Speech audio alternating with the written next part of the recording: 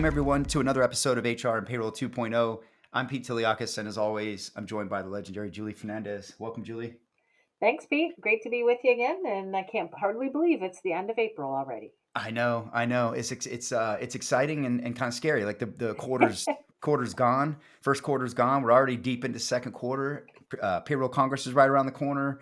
Summer's right Yeah, around the corner. There's a lot to talk about. We have so much news today. That's what I'm excited about.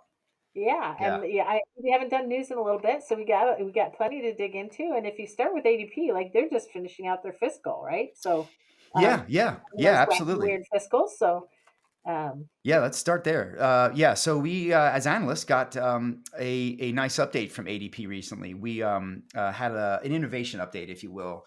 I tweeted a bunch of this, so there's some good notes out there. Like I'd love to kind of recap here, but yeah, look, I mean, Srini Kutam, now the former CHRO, is now head of product, so he and the team gave us a great update.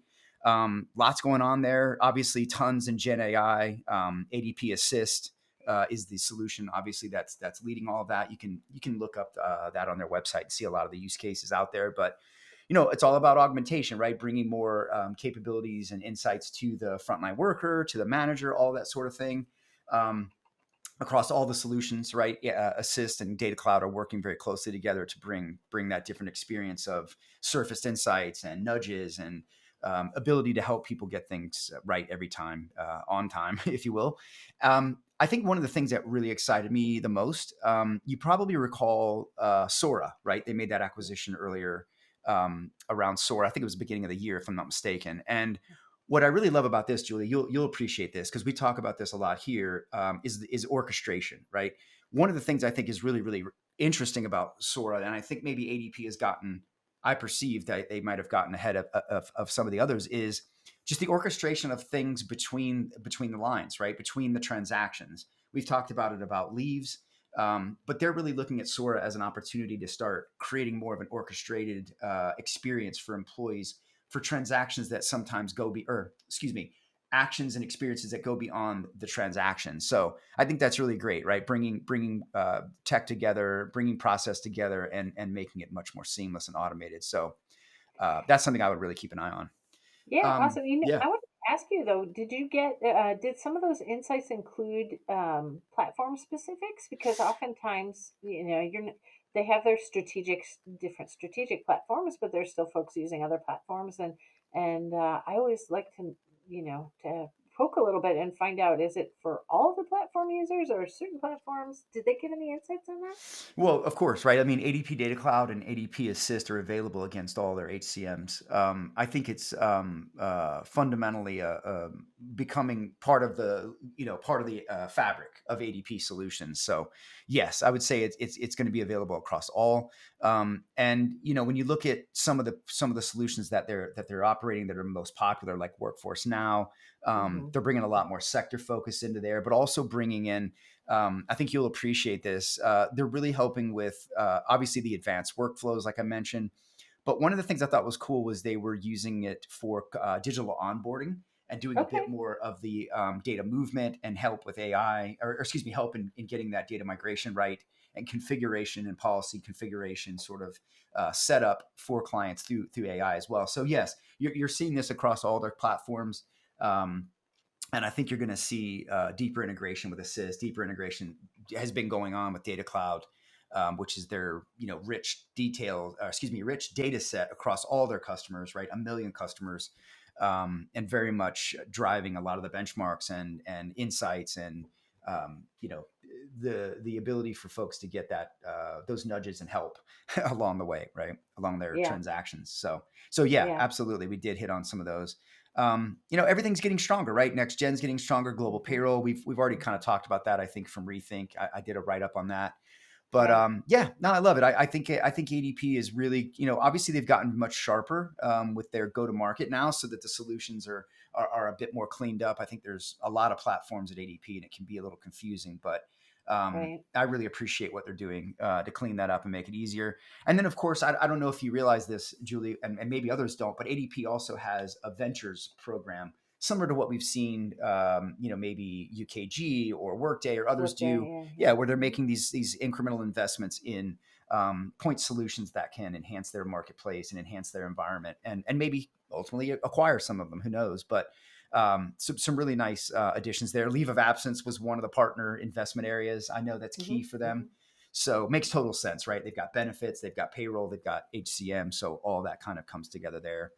Yeah. Um, Yeah. yeah, and And so yeah, really good stuff. I thought it was a great update. I like the way ADP is kind of breaking it into quarters now. I feel like we were getting mostly half year stuff, like most of the HCMs, but I love the more frequent stuff. So yeah, yeah. I love it.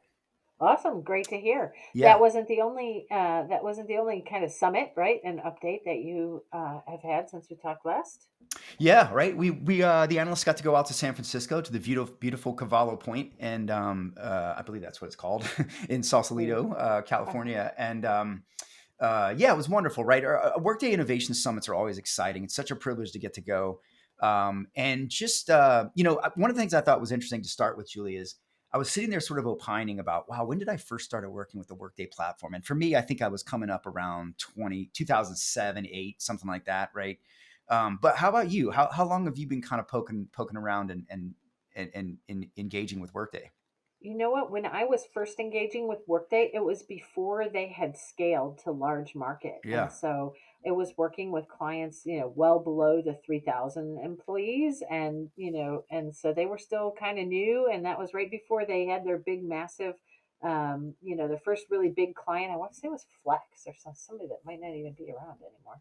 yeah. Um, and so it's been probably 20 years, Well, almost exactly. 20 years. Yeah, exactly. Right. I was going to say, I looked it up because I was like, I think they've been around about 20 years now. Right. And you're right. Yeah, yeah, 19 this year. So congratulations to Workday. I think look, they set the pace for cloud HR. Let's be honest. yeah. They're a bit of the darling right out of the gate, and they've done a phenomenal job. Right. Look, 7.3. I looked at the 10K again this morning, 7+ billion in ARR and more than 10,000 customers across all their apps. So wow, what a what a trajectory in the last 20 years, or 19 years, I guess you could say, coming up on 20. So yeah, look, I think Workday is, I posted this on LinkedIn, but I think that there was a different atmosphere at this event. I thought the executives, particularly Anil, right? He's retired now. Hmm. I guess you Hmm. could say he's the chairman. Yeah, He's not the CEO anymore. He's turned that over to Carl. And I think that there was I don't want to say they were more relaxed, but they just seemed more at peace, I guess is what I would say. And I thought the tone was very, I use the words primed and focused. I think Workday is they've done a lot of work in building their platform, being very careful in building their AI. They've been on that journey since 2015. They've been very smart about how they've partnered and how they've constructed things. And I think they're in a great position. The international is going to be huge for them.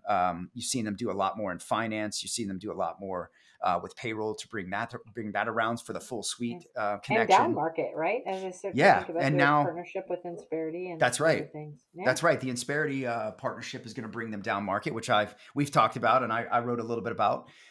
So yeah, I'm excited. I think Workday is in a great position. Massive TAM potential when you think about all the sort of greenfield opportunity just in finance. Finance right. still has a lot of opportunity to transform. Certainly HR does as well. So I think they've got a huge TAM potential. But what I think is really exciting is not only the Gen AI that they're building, which they think they showed us like or mentioned about 2 to 300 use cases or so, and they're aiming for like 2,000 within their platform.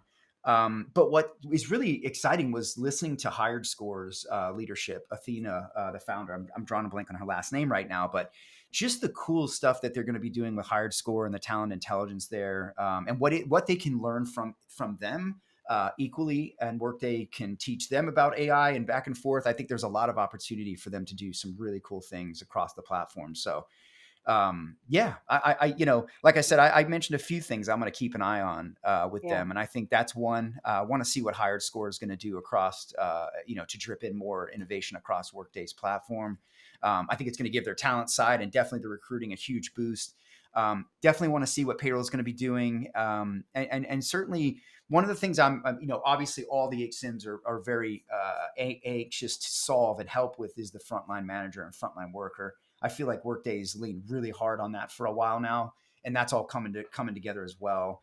And you'll appreciate this. I thought there was a lot more clarity around their pricing, their SKUs, and how they're bundling things to make it easier for the customers to adopt. So a lot of excitement around Workday, and I think it's going to be cool to see what where they go. And I'll be honest, I think they're still in the driver's seat to lead in the same way they have. So we will I love see. the I love the insights you got into just kind of the feel, the feel in the room, Yeah, at those events, and it just made me think, well, like the rat race is slowing down here in the SaaS market as we approach, approach the part of the market that is, kind of table stakes to move yourself into the cloud, and so, I can't help but wonder if that, that's a little bit of that breath of, whew, okay, like it's not so frenzied, that you're catching there. yeah. Well, look, I mean, Workday has what, half of the Fortune 500, I think it is. I'm not positive. I have to go look in that again. I think It's it's about always been half. slightly Yeah, more than half is where I think yeah. it's been. I'm not sure So that I've seen specifics lately.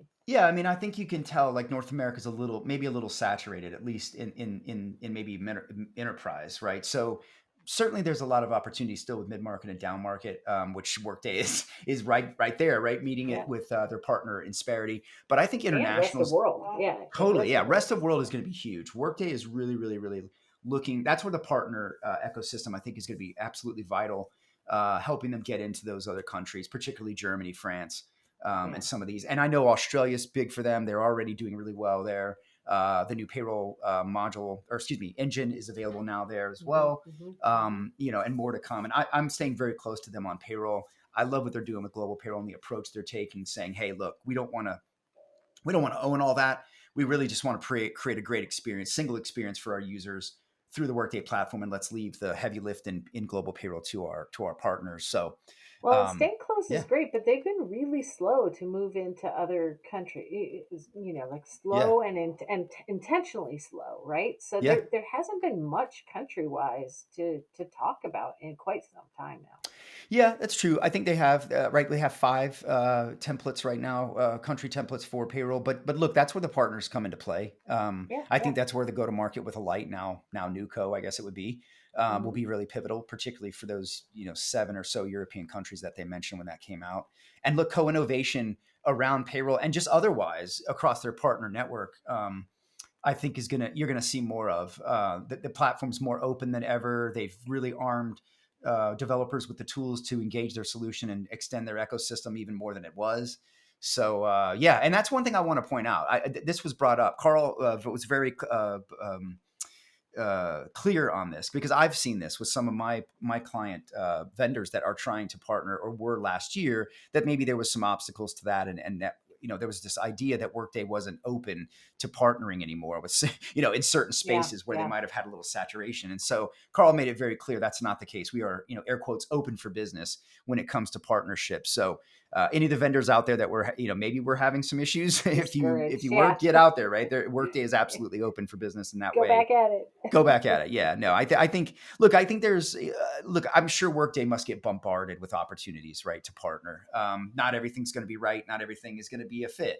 And so I'm sure Yeah, that's a great problem to have and part of it. But Carl yeah. did emphasize open for business. So if you're looking Well, to and part partner of with their Workday, model has always been, it's not the Wild West partner wise, and so, certainly there's a lot more partners than there ever were, but there is a lot more control than maybe we see in the bigger legacy ERP ecosystems where come one, come all. Everybody can be an integration specialist or an analyst. yeah, I mean, I think that, yeah, like I said, it's as open and as extensible as it can be, Mhm. and Workday is inviting that, and that's the whole point, right? Like Workday, is positioning themselves as a platform, right? It's not just a set of apps anymore; it's a platform, and that platform comes with integrated partners and marketplaces and abilities to take it beyond whatever they're building internally. So Yeah. yeah, it's going to be interesting. I think the the HCM wars are going to heat up. Let's just know that they're all they're all vying for that vying for that international population now. We're seeing everyone sort of push beyond borders. So it's going to be That's interesting to see right. what That's happens. right. And I love I just love all of it. I think I'm excited for the AI. I'm excited to keep an eye on hired score. I think there's some cool things going to come from that. And yeah, it's good stuff. So Yeah. Here we Awesome. go. Well, so let's, if we had a bell, we'd ring it because I think we're going to shift over to some congratulations next. Yeah, yeah. So more in the HCM world. If you notice recently, I don't know if everyone saw this, but UKG named a new president, a female president, Rachel Barger. She's coming over from Cisco Systems. I believe she was the SVP of Americas for them, and she will be leading up I believe it's the GDM, go to market, and the sales, marketing, and customer relationship elements of UKG. So congratulations to Rachel. Congratulations to UKG. I think this is a really, I think this is one of those things where you're seeing UKG go to the next level, and they got to bring in. You've often got to bring in that leadership, right, to bring a different viewpoint and ability to help you grow to that next band of revenue. So very exciting, big tech, Yeah, right? Big tech coming to HCM is really cool. that's right. Yeah. So yeah, congrats, Rachel. And Yeah, yeah. It never hurts to awesome. see more. It hurts to have more female Yeah, executives out there too in the space, which is really, really cool. So I'm excited that's to right. see what lens she'll bring that to UKG to take them to the next point. So very good. Absolutely. Congratulations. All right. Absolutely. So next one we've got Alight, right? They spun off the big news, right? They spun off their payroll and pro services business to HIG Capital. That's right. Yeah, we've opined on it lightly. I think I think it's great that Alight now has, the payroll business has a new home that will nurture it. It sounds like they're going to invest. We had a good update this morning from them on that. Yep. Yeah, so I think it's exciting. It's going to be interesting to see what the new name is, what the new brand is, and how they're going to operate. But I know you've written something about it and dug deep and very close to it. So what are your thoughts on that?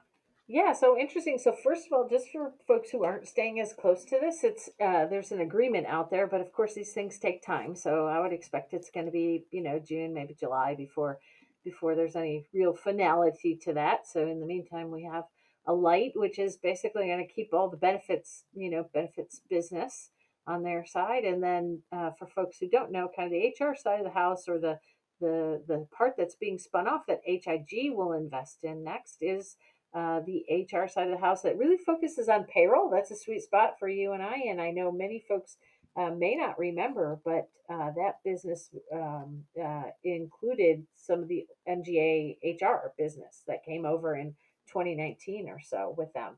And it's very global, right? So unlike some of the Alight mainstay benefit stuff, it's got a lot of global components to it, and the professional services bit is really the bit that works with Workday and SAP deploys and Oracle deploys and the AMS services. So just in case folks don't know what to make of the professional services tagline, when you hear payroll and professional services, that is essentially the HCM business, the business that supports a lot of the HCM initiatives.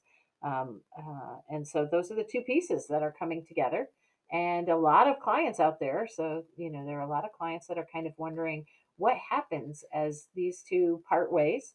And especially since they've been kind of going to market a lot, right? Around the bringing it all together has been a theme for them for years. Um, Yeah. and I know you've been have some experience and are close with that as well. But what comes of that, and what does it mean? They're one of the big boys in the industry, and so it touches a lot of clients. And essentially, there's a lot that stays the same, and a lot of collaboration that will be in place Yeah. as they move forward. So if folks are thinking that this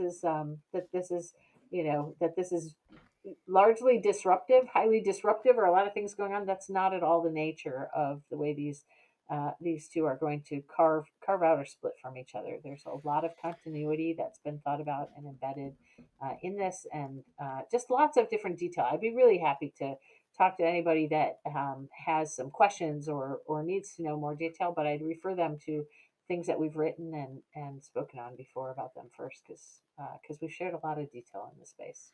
Yeah, no, absolutely. I think the offering is very differentiated. It's very strong with the enterprise buyer.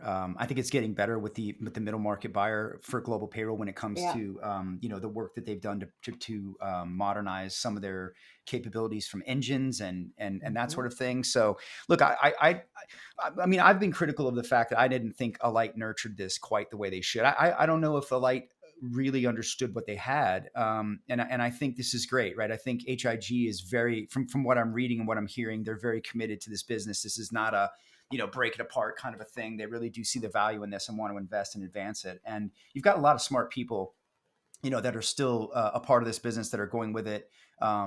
Everything that you're used to from that side of the organization is really following it. And I would even point out, I don't know if you mentioned this, Julie, but the Workday benefits element is coming with this, so you can That's right. still come to the new co for payroll and benefits and AMS within your Workday instance. So and their practice for SAP goes too, right? All of that stuff. Yep, yep. So All of those things go. yeah, very differentiated capabilities. I hope this will be a boost for them, just from an investment and a care perspective. And I think it's gonna, I think this is a good move for everyone. So we'll Yeah, love and to stay when you close to it.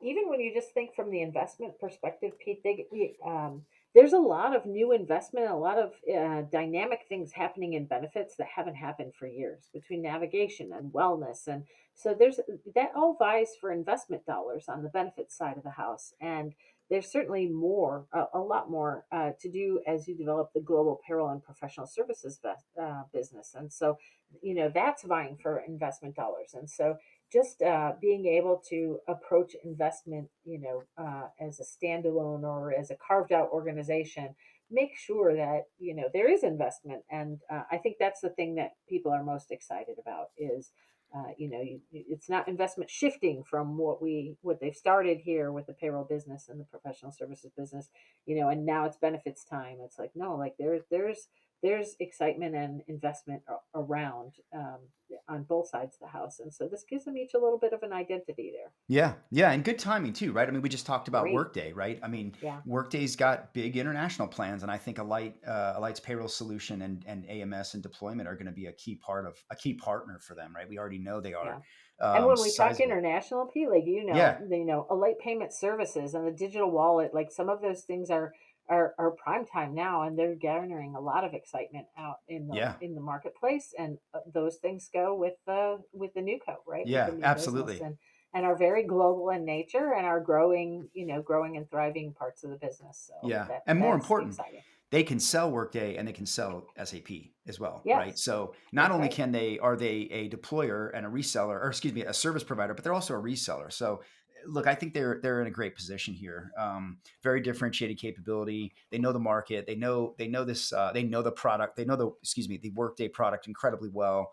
And I think this is good, man. I'm excited to see how this all evolves. So looking forward to catching up with Absolutely. them in a little bit at Congress there in Nashville.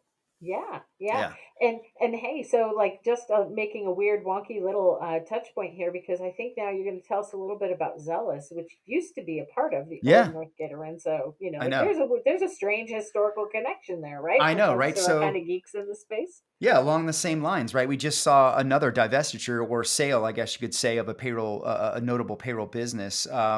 So Apex Partners, I'm not terribly familiar with them, purchased from Bain Capital, who bought it in 2017 from what would have been NGA back then, or whoever, I can't remember who owned NGA at that time. Yeah. Pre-Alight, Zealous, right? Zealous was acquired, like I said, by Apex from Bain. And so if you know Zealous, Zealous was I guess, the amalgamation, right, of some part. Excuse me.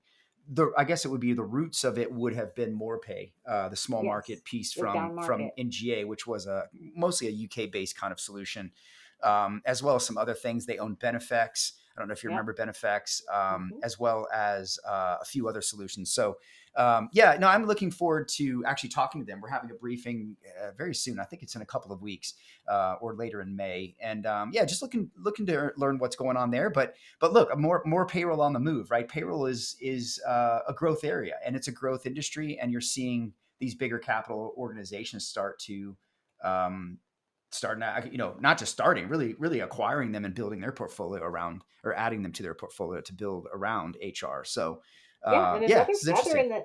another feather in the down market cap, right? Yeah, Um, yeah, because this has had its roots in a lot of the small medium sized businesses, and where there's a lot of company volume, and yeah. and a lot of companies and not as many employees. So we're on the other end of the spectrum here. Yeah. Well, I think it's exciting though. I mean, it sounds like, I mean, look, they're making investment, right? I mean, that no one's Yeah. gonna, I mean, what capital organization, or excuse me, what private equity or or investment firm is going to put money into something sizable like that if they know it's not going to grow? And obviously, this is a growth area. It's incredibly important. It's growing in importance. And look, I'm finding, as we all know, in my payroll profession confidence index, that we are way behind on modernization for payroll as a collective as a collective profession. So Yeah. there Yeah. is a plenty of runway for modernization around payroll, HR, and so many spaces. So I think I think there's gonna be more on the move, right? I think there's gonna be more investment in this, and I think you could see even more firms starting to maybe even go public, right? I think we're Yeah. getting, once the Yeah. market kind of gets a little, probably past the election, I'm sure we'll start to see maybe some talk of some IPOs as well. So Yeah. Yeah. yeah, O- Okay, I think we're going to move into a different space here with yeah. maybe compensation.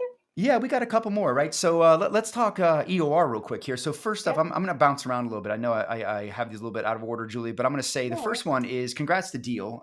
Deel has hit 100 directly owned country legal entities as an EOR, which is remarkable, right? I Yeah. know there's might be another couple that have that many, but the direct model is really picking up in the EOR space, and as you know, they're fueling a lot of that by the acquisition of PaySpace, which we talked about. Yeah. So congratulations to them. That's really cool. And they also turned 5 years old on March 19th. So happy anniversary to Deel. Woohoo! I Happy thought that was birthday. pretty interesting. I felt like they were still, now that's still very young, but it seems like it was almost yesterday that they sort of came in and started disrupting. So Yeah, and congratulations listen, to I them. feel like they're just spoon feeding some of these, like big milestones out bit by bit because every single time we're talking about it, there's like something notable on Yeah. the radar from Deal. So yeah, great job, guys. They are, Congratulations. yeah, development savages, man. They are out there pushing it. I tell you, the goal from them was, if you've read any articles of their founders, it was to be the Apple of HR, Yeah, global HR, and so they're trying, right? They're trying to create it all, and I think they've done a really good job putting together a nice offering, and it's starting to show up in a lot more places. On buyer conversations I'm having, I'm starting to see them in more partnership conversations. So I think you're seeing it mature, and they've really what their vision was is really coming to light, and it's been exciting to watch it.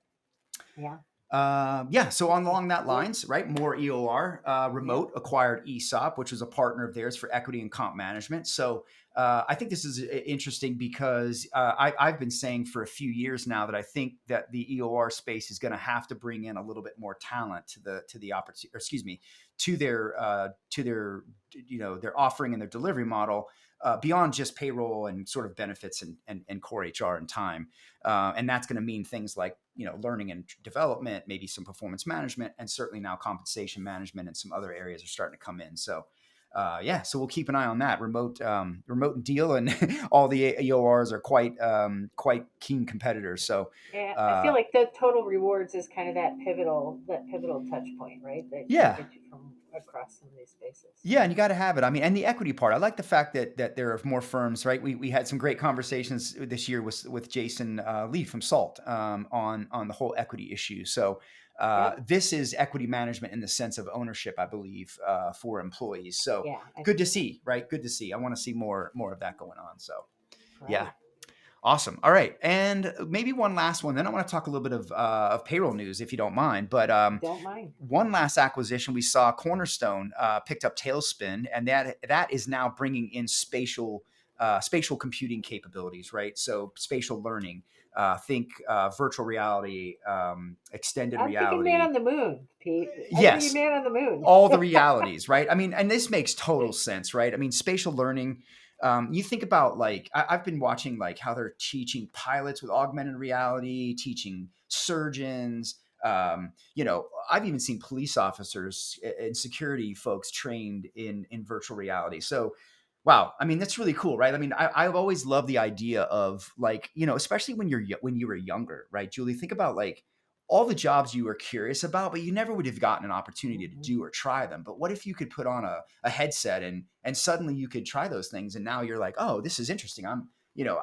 That's for me. I want to go check that out. Like I think that would be.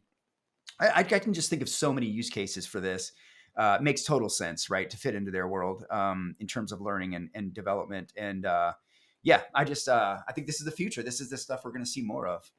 Yeah. Well, for no sure. surprise it should come from Cornerstone, right? Yeah, well, yeah, no doubt, right? They are the leader. They have been the leader, I would say, and of course bought their peer, right, Saba software back a few years ago to really become the mega powerhouse when it comes to learning. And don't forget, they have a beautiful suite of other talent solutions. I researched them for several years. And I would tell you that they have a lot of capabilities around talent, performance, recruiting, you name it, but also even actually have a decent core HR solution that I've seen a number of customers benefit from in the middle market. So, yeah, Cornerstone's just getting stronger, I would say, in this Yeah. case. Yeah.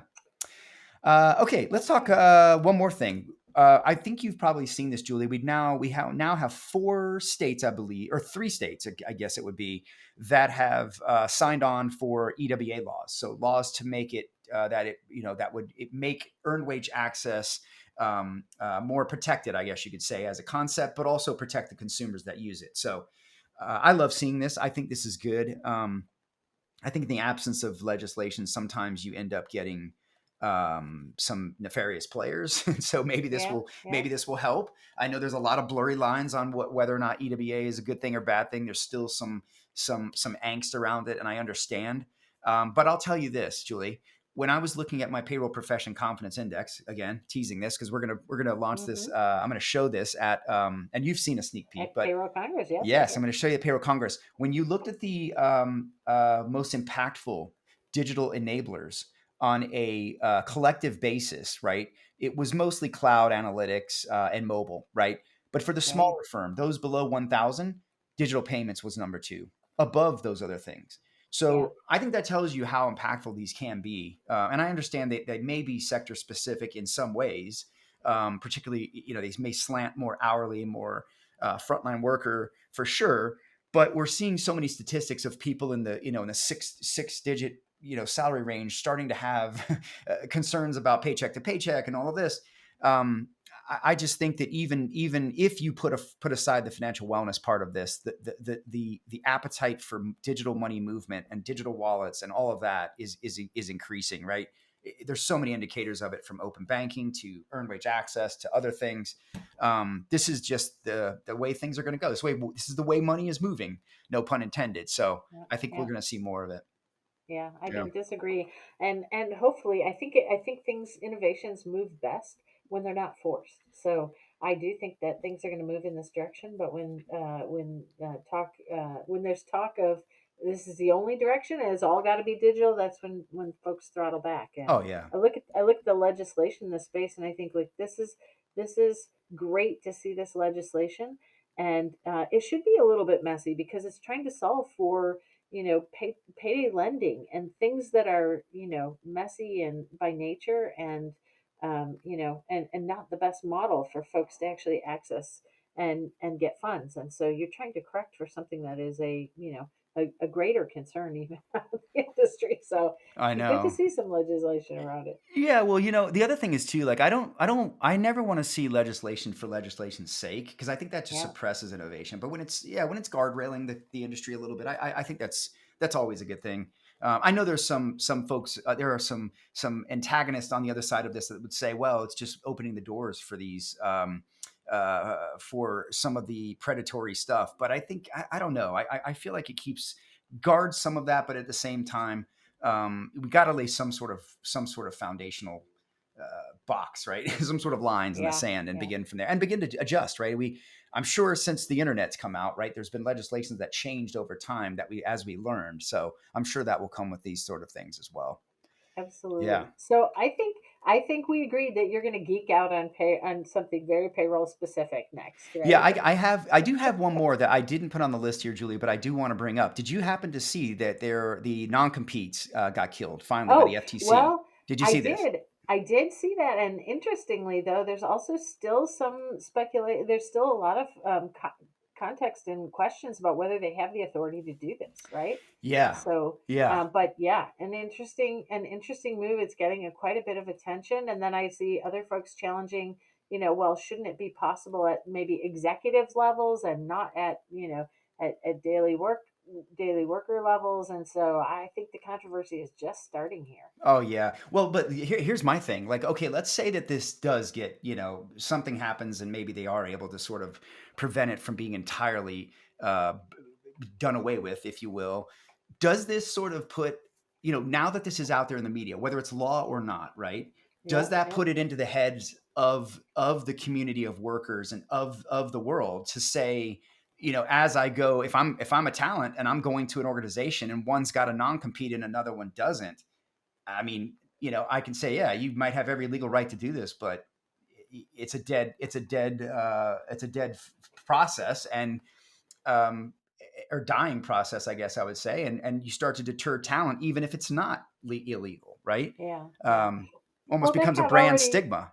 Yeah, they've already been just a litany of case challenges, and I think that's where this Yeah, comes from, right? Where there is an argument that says this person has been prevented from gainful employment or prevented from, and some of these non-compete agreements go probably further beyond what is reasonable, in language, just probably in the interest of being able to defend them in some way, shape, or form. So yeah, I saw it, and thanks for adding this to the list because I dug around into quite a few different articles on this topic just out of curiosity. yeah, yeah. No, I'm going to keep my eye on this because this is, I have no doubt this is going to spark debate one way or the other, even if it stays.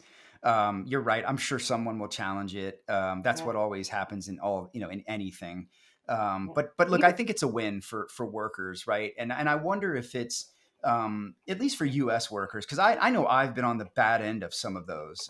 yeah, Thankfully, it's never prevented me from making a living, but I do know people who have been in really precarious situations, and I always thought that it's easy to listen to them and go, oh yeah, that's terrible, that's crappy on the part of that company, but then I do understand the companies wanting to protect IP and competitive, whatever. But come on, man, people have to make a living. And I think we have to be realistic here. So here's my other question to you, Julie. Do you think things like, let's say this sticks, right? Let's say we don't have any more non-competes, which is somewhat un-American from the way we've yeah, yeah, operated, right? Like, exactly. do we get to does this open the doors for more employee friendly things like the 4-day work week, or like, whatever, maybe some better FMLA type or PTO type laws, or I don't know, whatever, pick a use case you can find in the workplace that people have angst over as Americans. Does this sort of open the door for something, for us to begin having maybe more employee friendly slant to the way we treat workers in the United States? I'm curious. Yeah, well, that's not a leap. My mind was actually going in a different direction because I don't know if I'm drawing any, kind of direct parallels of the non-compete or losing non-competes with different types of attracting Yeah. things for employers or employees. Ultimately, what I was thinking of is if this doesn't go away, then it just makes sense to me that there needs to be either more control or more enforcement for bad actors because Yeah. I don't think the intent, you try to do good on one side and, you maybe open up the door for, things that are really bad acting and harmful to to corporations actually, like making a profit or a margin that's reasonable. And you can't do that either. Right. So that's where my head was at. Yeah, yeah, no, that's a good point. And I mean, yeah, you got unions in America. I mean, there's so many things, so many layers of complexity and all this that is interesting. But we'll see. At least I think it's a step in the right direction, and I hope we do think a little bit more through some of these antiquated ways of which we govern work. That maybe made sense at the pre-war part of America, but now, like, come on, are we? It's a different time. We're still not doing right, I think, by people when it comes to time off. I don't think we're doing right by definitely by mothers and maternity, or even paternity, folks going out to take care of children or family members. So, yeah, we've got a lot of opportunity. So maybe this is one step in that direction, I Yeah. Yeah. hope. Yeah. Catching, eye Okay. catching at least. All right. Yeah. One Now, last thing. So I think this is positive, but I'd love to know your thoughts on this, Julie. So, as you may or may not know, did you know it was a leap year first? so I did know that, but I probably didn't think about it as I didn't think about it in the same way you did, for sure. Yeah. Well, okay. If so, I saw this online. I saw it on the payroll org's news, and it made me smile because I've dealt with this as a payroll leader back in my day. But did you know in a leap year you might actually be able to get paid one extra time? this year. Did you know that? No, and in fact, I'm laughing because when I think leap year, I'm like, well, didn't that happen 2 months ago? Why the hell are we talking Yeah, about yeah, this yeah. now, right? I know. But I So know you're going to tell let me us. break this down. Yeah. So in a normal year, right, you've got 53, you've got one day of the week that will occur 53 times. 52 weeks times 7 is like 364 days, right? But in a leap year, it could have 366 days, and those 2 days will occur 50, those 2 days of the week will occur 53 times, it says. So basically, for employers that pay on a weekly and biweekly basis, an extra payday may occur 53 rather than 52 weekly payers, which would be 27 rather than 26 for biweekly payers. Yeah, So if those paydays fall in the extra days of the week, you have to make essentially a 53rd or a or 27th 27th. payment. Yeah. So good news. It does happen to happen. It says in 2024, the problem arises for some weekly and biweekly payers with a Monday or Tuesday payday because January 1 is a Monday and the 2024 is a leap year. Although biweekly payers whose first payday of the year was January 8 or 9 will not have the issue. So I'm sure payroll managers are all over this. I'm sure employees might even be all over this, but I forgot about this little bit of good news if you're an employee that you may. And I actually think, are you actually paying them an extra one, or are you actually just paying them the next one early? I'd have to. Well, and who It would knows? depend on the There's cycle, I guess. Yeah.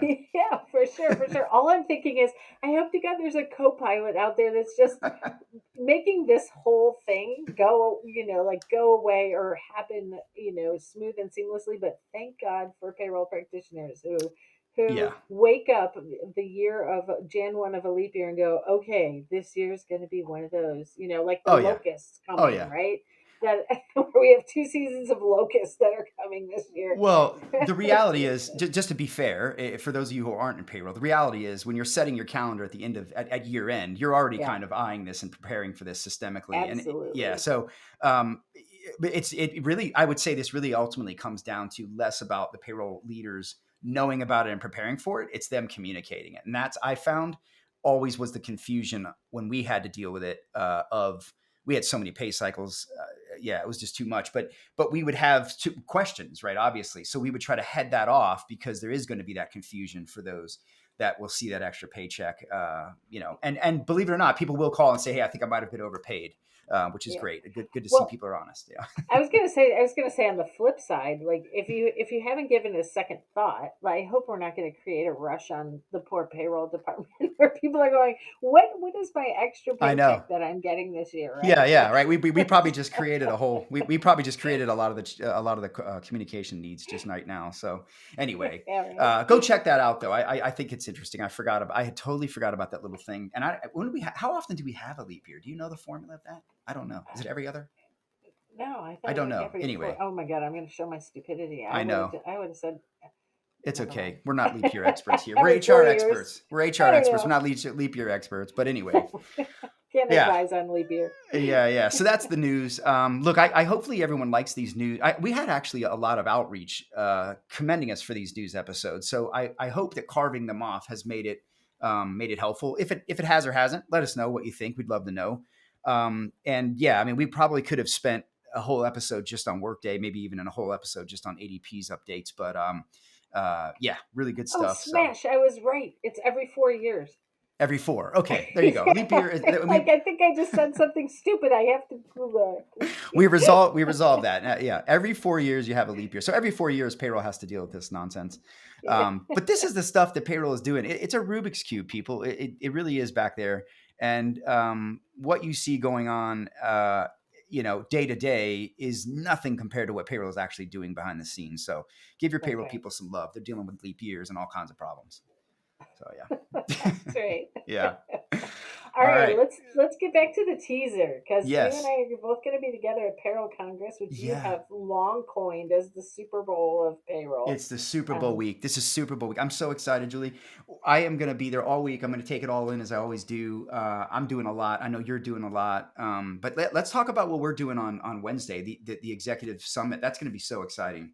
yes, it will be Yeah. because I think this is the first time, right, for Yes. the Payroll Congress event that they have an executive summit and they have some folks who are carved out and have their own agenda, and they're having some different conversations along with some of the same conversations. Yeah, event within an event. And I love it because we're going to be bringing awareness to executive leaders about what's really going on with payroll and how should they be thinking about it.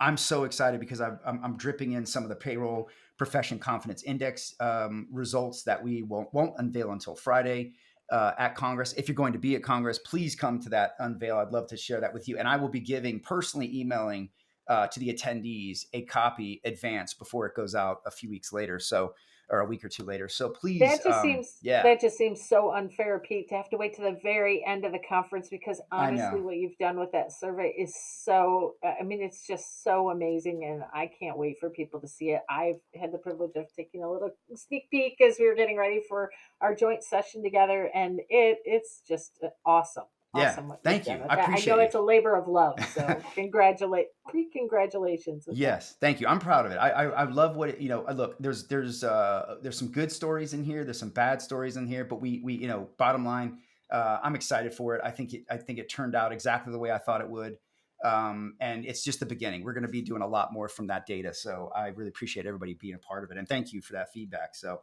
yeah, so we'll be Yeah. talking about that. And what else do you have going on there? Well, hey, I was just going to say, as part of that executive session that you and I are doing together, we're going to lean on some snippets and sound bites from your findings, which are brand new, and then kind of weave those Yep. into what we're calling a think tank, right? So sometimes executive sessions are just more content or different content coming Yeah. at somebody, but I think our joint aim is really to get some discussion going, and to engage, right, in a way that we all want to be engaging our employees, our managers, and all of our constituents, and to create a forum where the leaders are really engaged in talking about payroll strategy and how they can drive outcomes in a very actionable way. Yeah, So, absolutely. I just hope that what we have is a dialogue. I'm hoping for, this is my goal, is a dialogue around what what these executives don't understand or know about payroll, right? And what they should know. There's it's incredible the difference, and that's one of the things I saw in the payroll profession confidence index. I call it the PPCI now. Um, that when executives are leaning into their payroll organizations as a champion, as a supporter, the results are absolutely night and day different. And the impact to strategic value is, I think, 3 or 4x. So I want to show that to yeah, everyone. And I hope that's what they come away with, is understanding that payroll is more than what you might think. And if you're not absolutely. thinking about it this way, you're at a disadvantage. So that's what I'm really hoping for.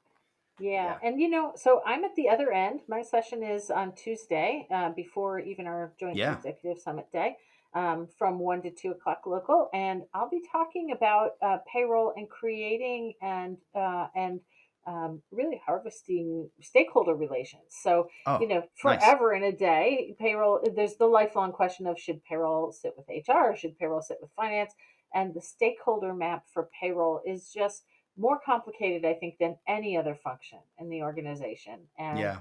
And so there's always questions about how, like, not only where should payroll sit, but a little bit more importantly, regardless of where you sit, how do you have to, how do you work your relationship with, not just HR and finance, but IT or operations, where timekeeping often sits, or shared services if you're in an organization where that's a thing, right?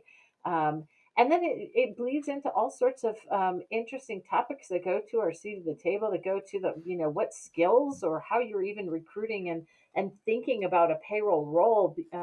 Reminds me of the conversation that we've had recently with Kieran on Yeah. from Australia on, like, the very nature of payroll and a lot of other jobs in our organization are changing. And so what does that mean for skills? What does it mean for the relationships internally between and among the functions? And that's where I'm going on Tuesday, or that's where I'll be Yeah. talking on Tuesday. Oh yeah, I'm So looking forward excited to for it. that. I'm signed up. I'll be there. I'll be tweeting for you, Julie. I want to go. I want Woohoo! to learn. I want to learn anyway. But yeah, no, I'll be in there making sure to be your biggest fan. But no, for sure, look for us while you're there. Let's. That's the thing I love about Payroll Congress. This is one of the most unique events in all of. I feel like I'm a professional event goer in some ways. I've probably been to You more are. than most, and very privileged, very, very privileged to do that. I don't take a minute of it for granted. I don't take a single event for granted. But I think that the Payroll Org event is. I mean, they've been doing this for what are we talking now? This is the 40 something, right? Am I right? Yeah. Oh my gosh, I 42nd, should have had that off the top. I something want like to say that. 42nd. Yeah. 42nd. Yeah. Look, they've been doing this for a minute. They know how to do events. And I'll tell you, it's one of the most well thought out events I've ever been to. Just the little details. I think I was telling you, like the little things, like the spouses coordination for not necessarily spouses, but partners that come to the event, right? Something to do for them. Just little stuff, right? The costume contest, the awards, there's just so many little ways in which they put a lot of neat little touches to this that it's not just education and networking. It's a lot of fun, and it's very, very comfortable and accommodating for everyone. So if you've never been, you're missing it. And if you're going, get with us. Let's get together. Let's. I've already set up I don't know how many meetings. And I'm sure there's going to be many more in the hallways, and we're going to try to do some recording while we're there. And I know it's just going to be the fun that it always is. So That's right. can't So wait. yeah, please reach out. I think we've both posted that, Yeah, we're there, we're going to be speaking, and we really do value the chance to get to, to talk with folks one on one or in groups or as part of your organization. So yeah, don't hesitate.